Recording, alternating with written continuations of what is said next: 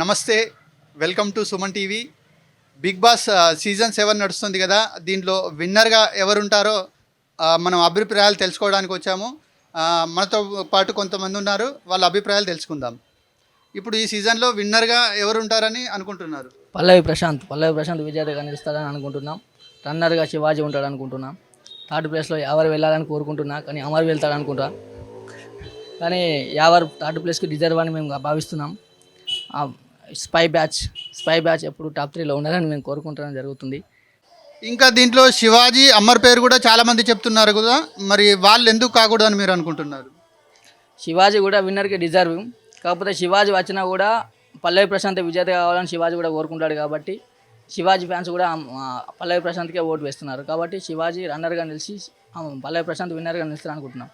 అమర్ ఏంటంటే ఫస్ట్ 5 వీక్స్లో ఆడింది ఏం లేదు, అన్ని ఫౌల్ గేమ్స్, ఒక గేమ్ కూడా సరిగ్గా ఆడలేదు, అంత బ్యాక్ పిచ్చింగ్, అంత ఒక్కటి కూడా మంచిగా లేదు. కాబట్టి అంత నెగిటివ్ టాక్తో అమర్ వచ్చాడు. కాబట్టి అమర్కున్న సీరియల్ బేస్ తప్ప బిగ్ బాస్కి వచ్చిన తర్వాత కొత్తగా ఏర్పడిన ఫ్యాన్ బేస్ ఏం లేదు. కాబట్టి అమర్ విన్నర్గా నిలవడని నేను అనుకుంటున్నాను.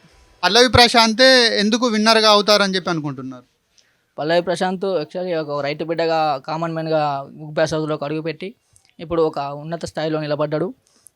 ఒక మంచి ఆట ఆడి టాస్క్లలో పర్ఫార్మెన్స్ ఇచ్చి బిగ్ బాస్ టైటిల్ విన్నర్కి డిజర్వింగ్ అని నేను భావిస్తున్నాను. బిగ్ బాస్ సీజన్ 7లో విన్నరు ఎవరు అవుతారని చెప్పి అనుకుంటున్నారు? పల్లవి ప్రశాంత్ అని చెప్పి ఎందుకు అనుకుంటున్నారు?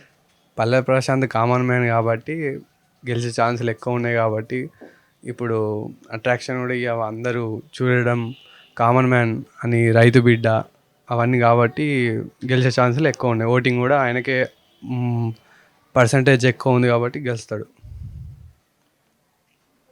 ఇంకా చూసుకున్నట్టయితే శివాజీ, అమర్ పేరు కూడా చాలామంది చెప్తున్నారు కదా, వాళ్ళు ఎందుకు కాకూడదని చెప్పి మీరు అనుకుంటున్నారు? వాళ్ళు ఇండస్ట్రీ నుంచి వచ్చిన వాళ్ళు, అమర్ ఇండస్ట్రీ నుంచి వచ్చారు, మళ్ళీ శివాజీ గారు కూడా సినిమా ఇండస్ట్రీ నుంచి వచ్చారు, మళ్ళీ సీనియర్ కాబట్టి తక్కువ ఉన్నాయి కాబట్టి అని చెప్తున్నాను నేను. అలా మీరు చెప్పినట్టుగా ఇప్పుడు పల్లవి ప్రశాంత్ కాకుండా ఇంకెవరు అయ్యే అవకాశం ఉంది ఒకవేళ పల్లవి ప్రశాంత్ రాకపోతే?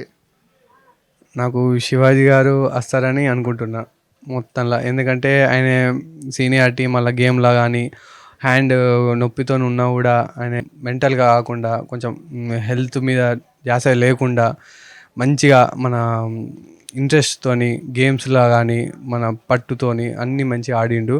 మళ్ళీ నెక్స్ట్ ఏం ఇబ్బంది పడకుండా, దేని కూడా లొంగకుండా అన్ని గేమ్స్లల్లో ఆయన ప్రయత్నం కూడా చేసిండని నేను చెప్తున్నాను.